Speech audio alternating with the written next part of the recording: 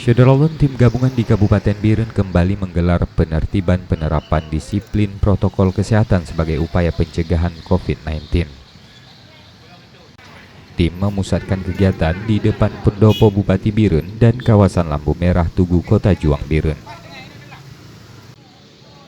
Selain menertibkan masyarakat tidak mengenakan masker, petugas ikut menasehati sejumlah pengendara yang mengenakan masker tidak seperti seharusnya.